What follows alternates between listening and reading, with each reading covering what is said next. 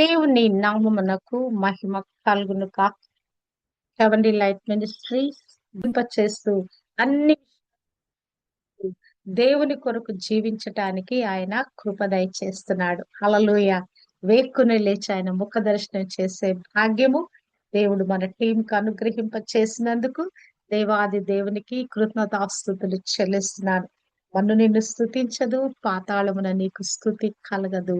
సజీవులే కదా నిన్ను స్తుతించెదరు. మనము శరీరములో మరి జీవించిన వారు ఉన్నాము, అంతకంటే ఆత్మలో జీవించిన వారుగా చేయబడ్డానికి ఆ మృతమైన స్థితిలో నుంచి దేవుడు తన జీవంలోకి మన తోడుకొని వచ్చాడు.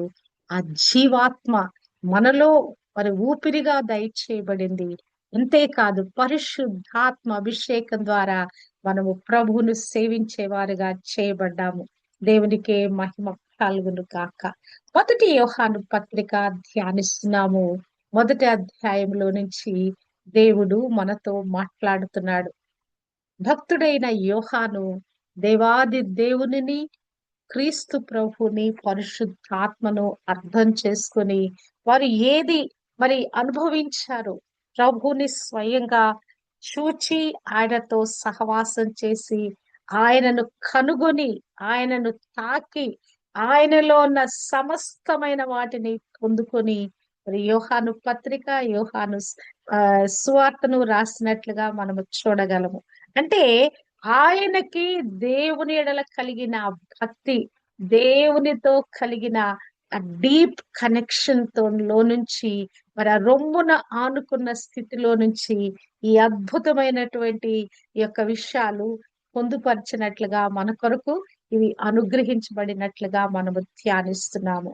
మరి ఈ మొదటి అధ్యాయంలో దేవుడు ఎవరు అనేది మాకు ప్రత్యక్షమైనది. జీవం అది, ఆ జీవము తండ్రి యొద్ద ఉంది, అది మాకు ప్రత్యక్షమైనది. ఆ ప్రత్యక్షమైన దానిని మీకు మేము తెలియపరుస్తున్నాము. ఆ ప్రత్యక్షమైపోయిన ఆ జీవంతో మేమేం చేశామంటే సహవాసం చేశాము. తండ్రి కుమార పరిశుద్ధాత్మలు ఎలాగున సహవాసం చేశారో వారితో పాటు మేము కూడా సహవాసం చేశాము. ఆ సహవాసానికి మిమ్మల్ని పిలుస్తున్నాము. మేము ఎట్టి సహవాసము కలిగి ఎట్టి విధంగా ప్రభుతో అనుసంధానించబడి మేము ముందుకు కొనసాగుతున్నాము, అదే సహవాసంలోకి మిమ్మల్ని అందరినీ కూడా ఆహ్వానిస్తున్నామని ఈ యొక్క యోహాను భక్తుడు మన అందరికీ కూడా మరి ఆహ్వానం పలుకుతున్నట్లుగా మనము చూడగలము. మొదటి యోహాను పత్రిక మొదటి అధ్యాయము 5వ వచనము. మేము ఆయన వలన విని మీకు ప్రకటించు వర్తమానం ఏమనగా, దేవుడు వెలుగై ఉన్నాడు, ఆయన యందు చీకటి ఎంత మాత్రమో లేదు. దేవాది దేవునికున్న ఒక గొప్ప గుణ లక్షణాన్ని ఇక్కడ మరి యోహాను ప్రస్ఫుటంగా చెప్తున్నట్లుగా చూడగలము. యోహానుకి దేవుడు ఎంతగా అర్థమయ్యాడంటే, అంటే అంటే ఆ డీపెస్ట్ ఆ ఇన్నర్ లోకి వెళ్ళి, అంటే ఆత్మీయ జీవితంలో, ఆంతరింగిక జీవితంలో లోతైన అనుభవంలోకి వెళ్ళి దేవుడు ఎవరో ఆయన అర్థం చేసుకున్నాడు, దేవునిని గ్రహించాడు, దేవుని యొక్క గుణ లక్షణాలను ఆయన గ్రహించాడు. ఆ దేవుడు ఎంత మహిమాన్వితుడైన దేవుడు, ఆ మహిమాన్వితుడైన దేవునిలో ఏమేమి మరి ఆ కలిగి ఉన్నాడు అనేటువంటి ఆ విషయాలు యోహాను ప్రస్ఫుటంగా గ్రహించాడు. అందులో ప్రాముఖ్యమైనది దేవుడు వెలుగై ఉన్నాడనే ఆ విషయాన్ని ఇక్కడ మరి ప్రస్ఫుటంగా బోధిస్తున్నట్లుగా మనము చూడగలము. మేము ఆయన వలన విని మీకు ప్రకటించుచున్న వర్తమానము ఏమనగా, మేము ప్రకటించే వర్తమానము మా సొంతమైనది కాదు. మాకేదో మా ఊహలో నుంచి ఏదో చూసేసాం కదా అని మేము చెప్పటం లేదు. మేము చెప్పే ఈ వర్తమానం అంతా కూడా ఆయన ప్రత్యక్షతలో నుండి, ఆ జీవపు ప్రత్యక్షతలో నుంచి, ఆ జ్ఞాన ప్రత్యక్షతలో నుండి, ఆత్మ ప్రత్యక్షతలో నుండి మేము ఆయన యొద్ద నుంచి మేము విన్నాము, మేము విన్న వాటిని కన్న వాటిని మేము చెప్తున్నామంటే ఆయన మాకు ప్రకటించిన దానిని, ఆ వర్తమానాన్ని మీకు తెలియచేస్తున్నాము. అందులో ప్రాముఖ్యమైన విషయం ఏంటంటే గనక దేవుడు వెలుగై ఉన్నాడు. హల్లెలూయా. ఆయన నుంచి విన్నటువంటి, ఏమి విన్నాము మేము, మా కన్నులారా ఏమి చూచాము, ఆయన పునరుద్ధానుడు అనేది మేము చూచాము, మృతి గెలిచి లేచిన వాడని మేము చూచాము. హల్లెలూయా. దైవిక అధికారము కలిగిన వాడని మేము చూచాము. ఇదిగో భూమి మీదను పరలోకమందును నాకు సర్వాధికారము ఇయ్యబడి ఉన్నది అని చెప్పిన ఆ యొక్క వ్యక్తిని మేము కనుగొని ఉన్నాము. ఆ వ్యక్తి చెప్పిన మాటలను, ఆ వ్యక్తి ప్రత్యక్షపరిచిన ఆ ప్రకటనను, ఆ వర్తమానాన్ని మీకు తెలియచేస్తున్నాము. ఆయన నుండి విన్న దానిని, కన్నులారా చూచిన దానిని మీకు ప్రకటన చేస్తున్నాము. మరి ఎట్లా మేము కన్నులారా ఎలా చూచాము? ఆయన తిరిగి లేచిన తర్వాత మాకు ప్రత్యక్ష పరచబడటమే కాదు, ఆరోహణమై వెళ్ళబోయే ముందు మాకు కొన్ని సందేశాలు ఇచ్చి వెళ్ళాడు ఆయన. ఆయన ఇదిగో ఈ విధంగా మీరు ఇలా చేయాలని ఒక ప్రకటన చేసి వెళ్ళాడు. ఏంటా ప్రకటన? మీరు వెళ్ళి సమస్త జనులను శిష్యులుగా చేయుడి అని చెప్పాడు. అంతేకాదు, తండ్రి చేసిన వాగ్దానం కొరకు మీరు కనిపెట్టుకోండి, అప్పుడు మీరు నాకు సాక్షులై ఉంటారని మాకు ఒక ఆదేశం ఇచ్చాడు. అపోస్తల కార్యము 1:8 రాయబడినట్లుగా మీ మీద పరిశుద్ధాత్మ వచ్చేంత వరకు మీరు ఆ యొక్క యెరూషలేములోనే కనిపెట్టుకొని ఉండాలి. పరిశుద్ధాత్మ మీ మీదికి వస్తే తప్ప మీరు శక్తిమంతులు కాలేరు, మీరు నాకు సాక్షులై ఉండలేరని ఆయన మాకు చెప్పాడు. ఎలా మేము ఈ సాక్ష్యం ఇవ్వగలుగుతున్నామంటే పరిశుద్ధాత్మను మేము కంప్లీట్ గా పొందుకున్నాం, ఆత్మ విస్ఫోటన పొందుకున్నాం. ఆయన యొక్క ప్రత్యక్షతను కంప్లీట్ గా గ్రహించటానికి ఆత్మ దేవుడు మాకు సహాయం చేస్తున్నాడు. ఆ ప్రత్యక్షతలు ఆయన అర్థం చేసుకోవటానికి మరి కలిగిన కృప ఏంటంటే పరిశుద్ధాత్మ చేత మేము అభిషేకించబడి ఉన్నాం. పరిశుద్ధాత్మ చేత ఈ ప్రత్యక్షతలన్నీ మేము పొందుకొని ఉన్నాము.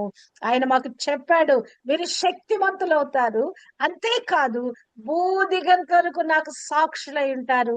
మీరు వెళ్ళి సమస్త జనులను శిష్యులుగా మారుస్తారు, నా అధికారం చేత పట్టుకుని వెళతారని ఆయన మాకు ప్రకటించిన వర్తమానాన్ని బట్టి మేము ఇవన్నీ గ్రహించి ఉన్నాము. ఆ గ్రహింపులో ప్రత్యేకంగా నాకు అర్థమైంది ఏంటంటే, మరి భక్తుడు చెప్తున్న మాట, దేవుడు వెలుగై ఉన్నాడు. హల్లెలూయా. దేవునిని ఎవరైనా చూడాలంటే, ఆయన సమీపించాలంటే ఎవరి వల్ల కాదు. ఎక్కడున్నాడు ఆయన? ఎక్కడో ఉన్నాడు, వెలుగుమయంగా ఉన్నాడు. ఆయనను చూచి ఎవరు కూడా ఆ వెలుగు తాకిడికి ఎవరు కూడా బ్రతకలేరు. ఆ వెలుగులో ఏముంది? మహిమ ఉంది. ఆ వెలుగులో ఏముంది? అగ్ని ఉన్నది. ఆ అగ్నిమయమైన వెలుగుతో తేజోమయుడుగా 1000 సూర్యులకు మించినటువంటి ఆ తేజోమయము కలిగిన వానిని ఎవరు చూడలేరు. ఆ దేవుడు వెలుగై ఉన్నాడు. అబ్బా చూడండి, ఆ వెలుగు యొక్క ప్రత్యక్షత వారు పొందుకున్నారు. ఆ వెలుగు ప్రత్యక్షత గురించి మనతో మాట్లాడుతున్నారు. దేవుడు వెలుగై ఉన్నాడు. నిజంగానే ప్రభు వెలుగని మనం చాలా సార్లు చూస్తామండి. దేవుడని మనం స్మరించగానే మనకేం కనిపిస్తది? కళ్ళు మూసుకొని దేవుడు అని మనం గనక ఆలోచిస్తా ఉంటే ఏం కనిపిస్తుంది?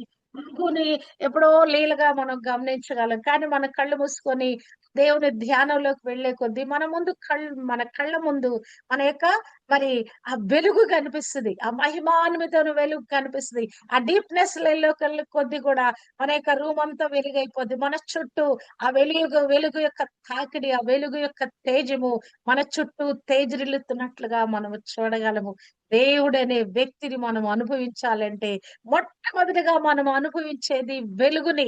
ఆ కళ్ళు మూసుకోగానే, కానీ మరి లోకానుసారంగా ఉన్నప్పుడు కళ్ళు మూసుకోగానే చీకటిగా అనిపించేది. కానీ ఇప్పుడు కళ్ళు మూసుకోగానే దేవుని వెలుగు కనిపిస్తా ఉన్నది. ఆయన వెలుగై ఉన్నాడు. ఆ వెలుగు అసలు ఎంత వెలుగంటే యెషయా గ్రంథము 60వ అధ్యాయము 19వ వచనంలో ఆ వెలుగు గురించి ఇక్కడ వర్ణిస్తా ఉన్నాడు భక్తుడు.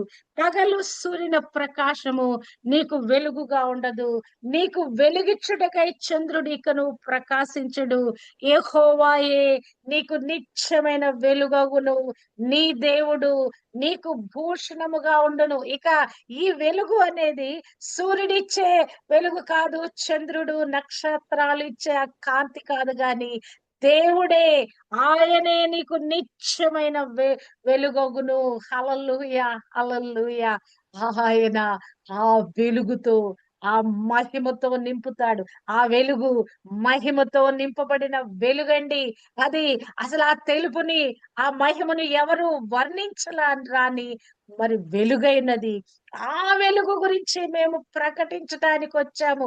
యేసుక్రీస్తు ప్రభు కూడా 8:12లో చెప్పుకున్నట్లుగా యోహాను సువార్తలో, నేను లోకమునకు వెలుగును, నన్ను వెంబడించువాడు చీకటిలో నడవడు, వాడు జీవపు వెలుగు కలిగిండును. అంటే దేవునిలో ఉన్న ఈ అట్రిబ్యూట్స్ లో మనం చూస్తే గనక వెలుగు జీవము కలిసి ఉన్నట్లుగా మనము చూడగలము. వెలుగు అనే దానికి అదేదో మరి ఆ ఒక విషయంగా లేదండి, ఒక థింగ్ గా లేదు, కానీ అది జీవంతో నిండినట్లుగా, ఒక నిర్జీవంగా లేదా వెలుగనే దాన్ని మనం పొందుకుంటున్నామంటే అందులో జీవము ఇమిడినటువంటి ఆ వెలుగు తాకిడి మనం పొందుకుంటున్నాము. అంటే ప్రభువు నేను వెలుగై ఉన్నానని చెప్పిన మాటలో మన ఆధ్యాత్మికమైన మనోనేత్రాలు తెరిచేవాడిగా, ఆధ్యాత్మికంగా మనకి జ్ఞానోదయము కలుగు చేసేవాడుగా,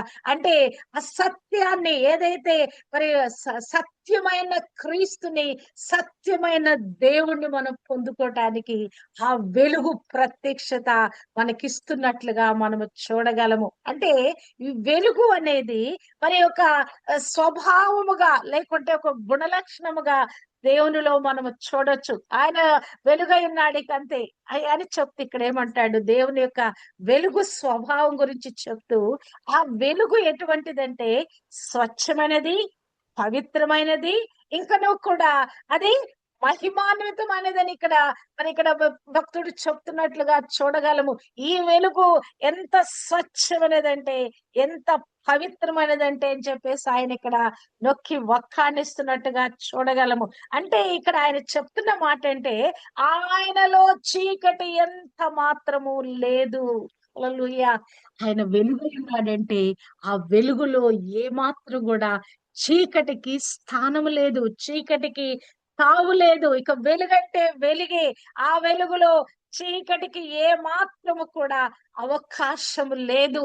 అంటే మరి మనం అర్థం చేసుకోవచ్చు, దేవుని గురించి అర్థం చేసుకోవటం ప్రారంభిస్తే ఆయన ఏమై ఉన్నాడో ఒక్కొక్క గుణ లక్షణాన్ని మనం ధ్యానించుకుంటూ వస్తే మనకి గోచరం అవుతాడు, మనకు బోధిస్తాడు, మనకు కూడా తను తాను ప్రత్యక్షపరుచుకుంటాడు.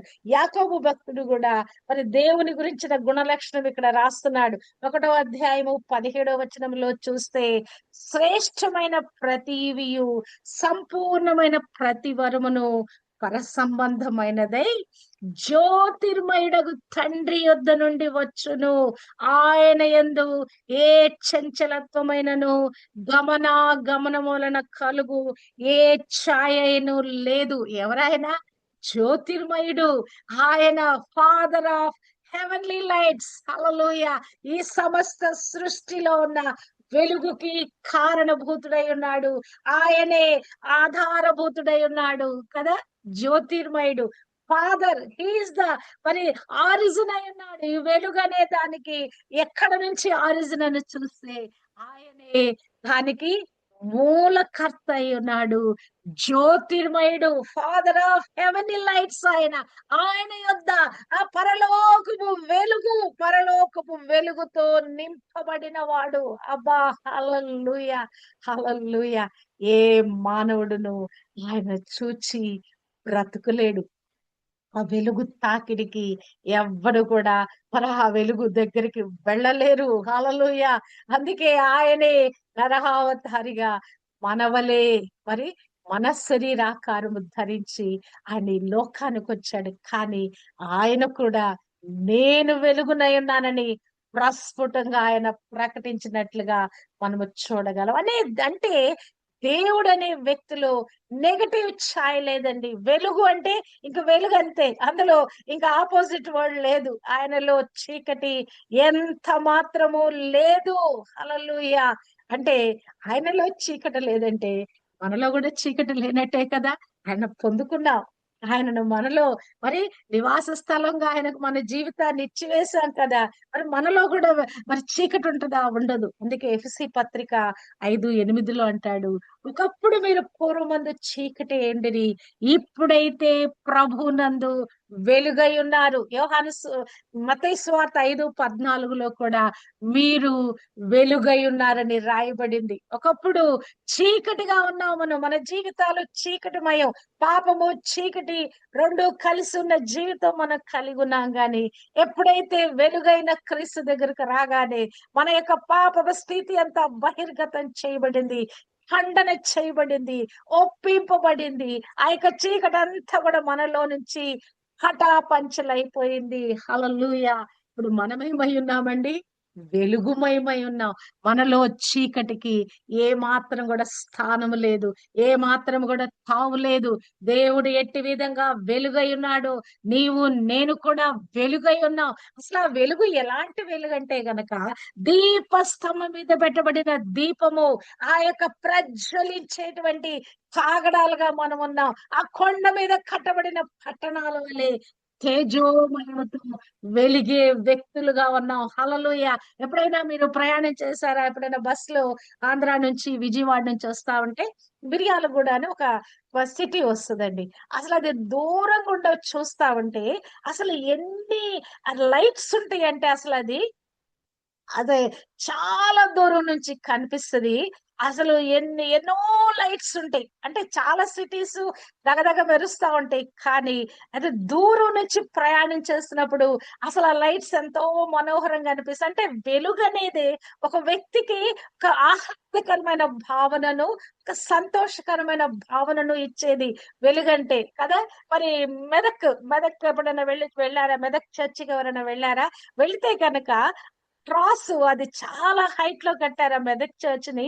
మరి దాని మీద పెట్టబడిన క్రాసు ఎంత దూరం వరకు కనిపిస్తుంది అంటే మనం ప్రయాణం చేసి వెళ్తా ఉంటే ఆ అది ఎంత దూరం వరకు ఆ క్రాస్ కనిపిస్తుందో చెప్పొద్దండి. అంటే దేవుని యొక్క వెలుగు తాకిడి అంటే ఒక సిటీకున్న వెలుగు గురించి నేను చెప్పడం లేదు గాని ఒక సిటీకున్న ఆ యొక్క వెలుగే ఎంతో దూరానికి కనిపిస్తా ఉంటే ఆకాశమందుని యొక్క దేవుని వెలుగు మానవులకి మరి ఎంతగానో పరచబడతా ఉన్నది. ఆ వెలుగు మన మీద కుమ్మరించబడతా ఉన్నది. మనను కూడా వెలుగుమయంగా చేసి ఉన్నది. దేవుడిలో చీకటి ఎంత మాత్రము లేదు. ఆయన వెలుగై ఉన్నాడంటే నీలో నాలో కూడా చీకటి ఏ మాత్రము కూడా లేదండి. హల్లెలూయా. అంటే ఆయన నీతిమత్వంలో నుంచి, ఆయన మహిమాన్వితలో నుంచి, ఆయన పరిశుద్ధతలో నుంచి ఇక చీకటికి ఏ మాత్రము స్థానము లేదు. ఎందుకు ఆ మాట చెప్పాలి? మరి భక్తుడు దేవుడు వెలుగై ఉన్నాడని చెప్పేసి ఊరుకుంటే అయిపోద్ది కదా. ఆపోజిట్ షేడ్ గురించి ఎందుకు చెప్పాలి అంటే దేవుడు అనే వ్యక్తి ఎల్లప్పుడూ కూడా వెలుగుమయంగానే ఉంటాడు. ఆ చీకటి అనే దానికి ఆయనకి ఎటువంటి స్థాయిలో ఆ మాట పలకటానికి కూడా లేదు. ఆయనలో ఏ మాత్రము చీకటి లేదు. అంటే దేవుని యొక్క స్వభావము, ఆ వెలుగు యొక్క స్వభావము మరి దాన్ని అర్థం చేసుకోవటానికి, మనము వెలుగులో జీవించటానికి, మన క్రీస్తు యొక్క అనుచరులుగా మన దైనందిన జీవితము, మన దైనందిన క్రియలలో కూడా ఆ దేవుని యొక్క పరిశుద్ధతను, ఆ సత్యాన్ని ప్రతిబింబిస్తూ వెలుగులో నడవటానికి మనము కూడా పిలువబడ్డాం. ఆ వెలుగు అనే గుణ లక్షణంలో ఏముందండి? పరిశుద్ధత ఉంది, స్వచ్ఛత ఉంది. మరి అంతేకాదు సత్యం ఉన్నది. హల్లెలూయా. నెగటివ్ షేడ్ ఆయనలో లేదు. చీకటి లేదంటే అబద్ధం కూడా ఆయనలో లేదు. హల్లెలూయా. సత్యవంతుడు ఆయన. సత్యము, మరి నేనే సత్యం అని చెప్పిన వాడు, సత్యము స్థాపించుటకు ఈ భూమి మీదకి దిగి వచ్చిన వాడు. హల్లెలూయా. అంటే ఆదిమ కాలములో మరి అక్కడ రకరకాల బోధలు, మరి ప్రభువుని అర్థం చేసుకోకుండా అప్పటికి అక్కడ ఉన్నటువంటి ఆ శాస్త్రులు, పరిసయ్యులు, మరి అక్కడ ఉన్నటువంటి యాజకులు ఆ యొక్క బోధలన్నిటినీ, ధర్మశాస్త్ర గ్రంథములో రాయబడిన వాటినన్నిటిని కూడా వాళ్ళు తిప్పివేసి బోధన చేస్తా ఉన్నారు గనక యోహాను భక్తుడు సాహసించి ఈ విషయాలను ప్రశ్న వ్యక్తి అంట. ఆయనకి మరి ఆ ప్రభు ఏంటో, దేవుడు ఎవరో అర్థం కాలేదు. అందుకే కదా దేవుని యొక్క విశ్వాసులను, ఆ సంఘాన్ని ఆయన హింసించి, ఆయన పాడు చేసి ఈడ్చుకుంటూ వెళ్ళి మరి యొక్క చెరసాలలో బంధింపజేశాడు. అంటే ఆ దేవుడు ఎవరై ఉన్నాడు అనే విషయము ఆయనకు గోచరము కాలేదు. అంటే మానవుని యొక్క మేధస్సుతో, మానవుని యొక్క జ్ఞానముతో, మానవుడు కలిగిన ఈ పరిమితి కలిగిన అవగాహనతో దేవునిని అర్థం చేసుకోలేడు. ఎప్పుడైతే ఆత్మ అభిషేకం మన మీద కుమ్మరించబడతా ఉంటుందో, హల్లెలూయా, హల్లెలూయా, అప్పుడు ఈ లోపల మన జ్ఞాన నేత్రాలు వెలిగి, మన అంతరంగిక నేత్రాలు వెలిగి, మన అంతరంగ పురుషుడు లోపల నుంచి నూతన పరచబడి ఈ ప్రత్యక్షతలు పొందుకోవటానికి దేవుడు కృప దయచేస్తాడు. దేవుడు వెలుగు, దేవుడు సత్యవంతుడు అని మనం గ్రహించటానికి నిజంగానే ఆ దేవుని యొక్క కృప మన మీద కుమ్మరించబడిందండి. యోహాను పొందుకున్న ప్రత్యక్షతలో నుంచి మనము కూడా ఈ వెలుగుని అర్థం చేసుకోవటానికి దేవుడు మనకి కృప దయచేస్తాడు. అంటే ఈ వెలుగుని, సత్యాన్ని పాలు పంచుకున్నప్పుడు, అంటే ఇతరులైన సహవాసులతో దీన్ని మనం పంచుకున్నప్పుడే అది నిజమైన సహవాసంగా మారుద్దండి. కదా అసలు ఆయన దేని కొరకు ఈ యొక్క పత్రిక రాశాడు? మేము ఏది అనుభవించామో, ఏది పొందుకున్నామో, ఏ సహవాసంలో మేము కొనసాగుతున్నామో ఆ సహవాసంలోకి మిమ్మల్ని కూడా పిలుస్తున్నాం. మీరు కూడా మాతో పాటు సహ విశ్వాసులుగా, సహవాసం చేసేవారుగా, ఒకే ఫెలోషిప్ లోకి వచ్చేవారుగా మిమ్మల్ని మేము ఆహ్వానిస్తున్నాము. ఈ ఆహ్వానం ఎందుకు పలుకుతున్నామంటే మీరు కంప్లీట్గా దేవుని అర్థం చేసుకోవాలి. ఆయనలో నీకు అంటూ కట్టబడాలి. ఇక తొట్టిల్లటానికి వీలు లేదని చెప్తూ ఇక్కడ ఆయన రాస్తున్నట్లుగా మనము చూడగలము. దేవుడు వెలుగై ఉన్నాడు. ఆయనలో చీకటి ఎంత మాత్రమును లేదు. అంటే కొంచెం కూడా ఆయనలో, ఈ యొక్క యాకోబు రాసిన మాటలో కూడా ఆయన యందు ఏ మాత్రము చంచలత్వం లేదు, గమనముల కలుగు ఏ ఛాయ లేదని. ఒక విషయం ఏదన్నా కదులుతున్నప్పుడు వెనక ఒక నీడ పడతా ఉంటది. ఎప్పుడైనా మీరు ఎండలో గనక మనం నడుచుకుంటూ వెళ్తా ఉంటే మన నీడ కదులుతున్నట్టు అది కూడా కనిపిస్తా ఉంటది కదా. ఆయనలో ఏ మాత్రము కూడా చంచలత్వము లేదు. ఆ యొక్క వెలుగు అనేది ఒక స్థిరమైన వెలుగుగా, ఆ వెలుగు అనే దాన్ని అది ఎవరు కదిలించలేరు. ఆ వెలుగు, ఆ తేజమైన వెలుగు ఈ మానవాళి మీదకి, ఈ భూమి మీదకి, అంతేకాదు ప్రత్యేకంగా క్రీస్తు చేత ఆకర్షించబడి రక్షింపబడిన వారికి ఈ వెలుగు అనుగ్రహించబడింది. హల్లెలూయా, హల్లెలూయా. నిజంగానే ఎంత గొప్ప ధన్యులమండి. ఆ వర్తమానం మనం పొందుకొని, దేవుడు వెలుగై ఉన్నాడనే వర్తమానము పొందుకొని ఆయనలో మనము కొనసాగుతున్నాము. హల్లెలూయా. యొక్క వెలుగు గురించి మరి ఇంకను యొక్క యోహాను రాసి ఇక్కడ ఏం చెప్తున్నాడంటే 6వ వచనములో, ఆయనతో సహవాసము గలవారమని చెప్పుకొని చీకటిలో నడిచిన ఎడల మనము అబద్ధమాడుచు సత్యమును గ్రహింపకుందువు. అంటే ఇప్పుడు మనం వెలుగుమయమై ఉన్నాం కదా. క్రీస్తును పొందుకున్నామంటే మనము కూడా వెలుగుగా మార్చబడ్డాం. ఇక మనలో చీకటికి తావు లేదు. కానీ కొంతమంది జీవితాలు ఎలా ఉన్నాయంటే, ప్రభువుని వెంబడించాము అని చెప్పుకుంటూనే లోకంలో కలిసిపోయిన స్థితిలో ఉన్నారు. అవసరాల కొరకు దేవుని దగ్గరకొస్తున్నారు.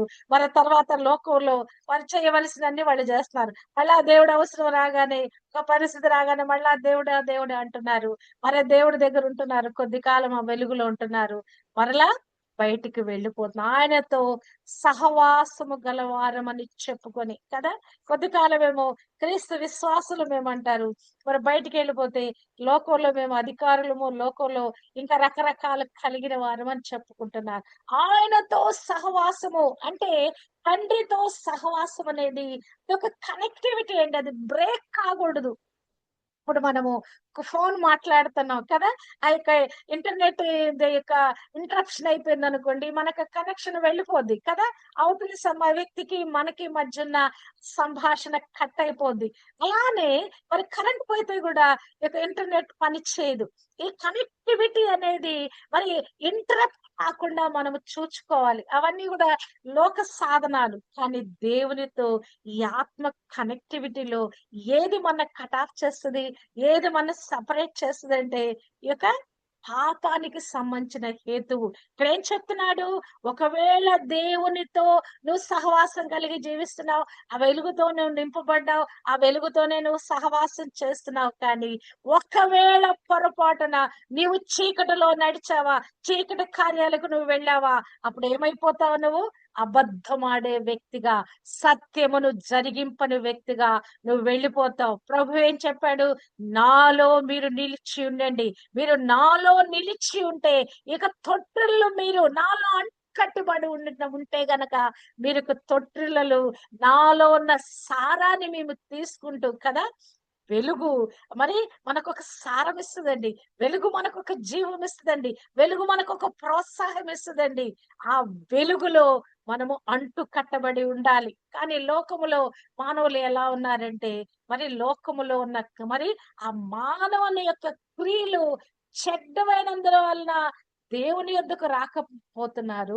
మరి అంతే కాదు, ఆ దుష్కార్యములు చేయువారు ఆ యొక్క కార్యాలను, వారి యొక్క స్వభావాన్ని, వారి జీవిత విధానాన్ని మార్చుకోలేకపోయినట్లుగా వెలుగు యొద్దకు రాలేకపోతున్నారు. ఎందుకంటే ఆ వెలుగు దగ్గరకు వస్తే ఆటోమేటిక్ గా వారిలో ఉన్న చీకటి, వారిలో ఉన్న అంధకారం అంతా ప్రత్యక్షపరచబడుద్ది, ఖండించబడుద్ది. మొదటి యోహాను సువార్త 3 అధ్యాయము 21 వచనములో సత్యవర్తనుడైతే తన క్రియలు దేవుని మూలముగా చేయబడి ఉన్నవని ప్రత్యక్షపరచబడినట్లు వెలుగు నొద్దకు వచ్చును కదా! ఇక మనస్సాక్షికి కల్మషం లేదు. మనం యథార్థంగా జీవిస్తున్నాం. సత్యంగా జీవిస్తా ఉన్నాం. ఇంకా ఎక్కడ తలంచాల్సిన అవసరం లేదు. ఆయన యొద్దకు మనం వచ్చాము. మనలో ఉన్న చీకటి, అంధకారము, ఈ అబద్ధ జీవితం ఇవన్నీ కూడా పటాపంచలైపోయినాయి. మన క్రియలు ఇప్పుడు ఎవరి మూలంగా? దేవుని మూలముగా చేయబడి ఉన్నవి గనక మన యొక్క జీవితము ప్రత్యక్షపరచబడినట్లుగా మనము ఈ వెలుగు యొద్దే మనము జీవిస్తున్నాము. ఎందుకంటే దేవుని యొక్క కనుదృష్టి అది ఎంతో స్వచ్ఛమైనదండి. ఒకవేళ మనం అబద్ధంలో ఉన్నామా, దేవుని ఆత్మ మనలో నివసించదు. It will depart from us. మనం వదిలిపెట్టి వెళ్ళిపోతుంది. ఇక మనతో ఇక ఉండలేదు దేవుని ఆత్మ. మనం గనక పాపపు జీవితంలో ఉంటే హబక్కూకు 1:3 అంటాడు, నీ కనుదృష్టి దుష్టత్వము చూడలేనంత నిష్కళంకమైనది కదా. అబ్బా, దేవుని యొక్క కనుదృష్టి యొక్క చీకటి మీద, ఈ పాపము చేసే వారి మీద పడదండి. ఎక్కడైతే వెలుగుందో, యేసు రక్తంలో కడగబడి వెలుగు మరిగా వెలుగును ధరించి ఉన్నారో వారి మీద మాత్రమే దేవుని కనుదృష్టి పడుద్దంట. హల్లెలూయా. అంటే మరి ఈ యొక్క అబద్ధము అనే దానిని మానవుడు వదిలిపెట్టలేకపోతున్నాడు. అబద్ధ బోధలోకి వెళ్ళిపోతున్నాడు. అబద్ధమైనటువంటి జీవిత విధానంలోకి, అంటే అబద్ధము అంటే వేషధారణ కలిగిన జీవితం. కొద్దిసేపు దేవుడు, అవసరానికి దేవుడు, అవసరం తీరిన తర్వాత లోకానుసారంగా, అసలు దేవుని యందు భయభక్తులే లేవు. ఉన్నట్లుగా నటించుట, అంటే ఆ చీకటిని వదిలిపెట్టక దేవుని యొద్దకు వచ్చి మేమేదో భక్తులమని ప్రెటెండ్ చేస్తా ఉన్నారు. కదా. అటువంటి వారు దేవునితో నువ్వు సహవాసం చేస్తూ ఒకవేళ నువ్వు చీకటిలో నడిస్తే గనక నీ జీవితము నీవే జవాబుదారి. అందుకే యాకోబు 1:22లో అంటారు, మీరు వినుమాత్రము వారయ్యుండి మిమ్మల్ని మీరు మోసపుచ్చుకొనకుండా వాక్య ప్రకారము ప్రవర్తించునయుండిడి. అంటే ఈ వెలుగులో మనము నడవాలంటే, మనము ఆ సహవాసములో మనం కొనసాగాలంటే, ఆ నిజమైనటువంటి ఆ యొక్క వాక్యానుసారమైన జీవితం మనం కలిగి ఉండాలి. మన జీవితాన్ని సత్యములో ప్రతిష్ఠించుకోవాలి. పరిశుద్ధతకు అనుగుణంగా మన జీవితాలను మలుచుకోవాలి. ఈ వెలుగులో మనం నడుస్తూ ప్రభు సహవాసంలో మనము కొనసాగాలి. చాలా సార్లు మరి అనేక మంది ఆత్మ వంచన చేసుకుంటూ వెనక్కి తిరిగి వెళుతున్నారు. 2 రకాలుగా జీవిస్తున్నారు.